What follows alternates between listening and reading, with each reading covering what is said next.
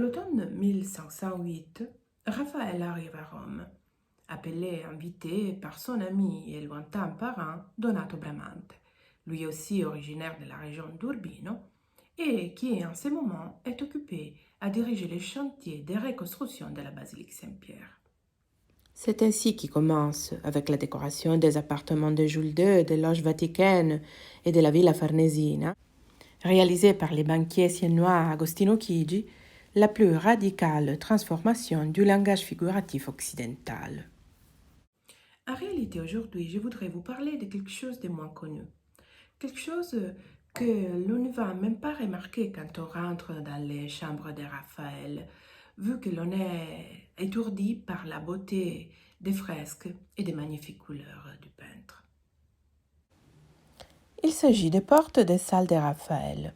Celle qu'on voit à gauche est la porte qui sépare la salle de Constantin de celle de Liodore, à l'intérieur de laquelle on se trouve. Les portes ont été réalisées par deux artistes, Fra Giovanni da Verona, moine olivetain qui s'est occupé de la marqueterie, et Giovanni Barelli pour les boiseries.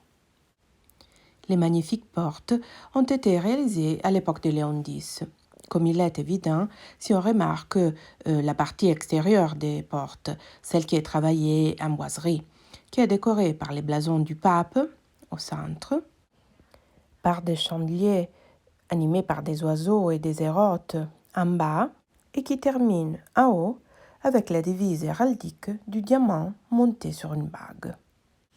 La partie à l'intérieur des portes est décorée à marqueterie.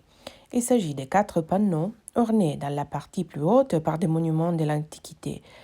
Et dans celui de droite, on peut reconnaître peut-être le temple de Vesta à Tivoli.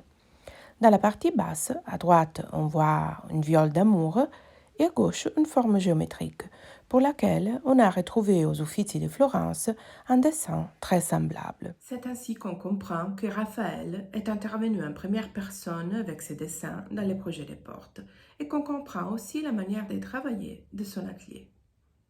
Mais de cela, nous en parlerons une prochaine fois. Au revoir.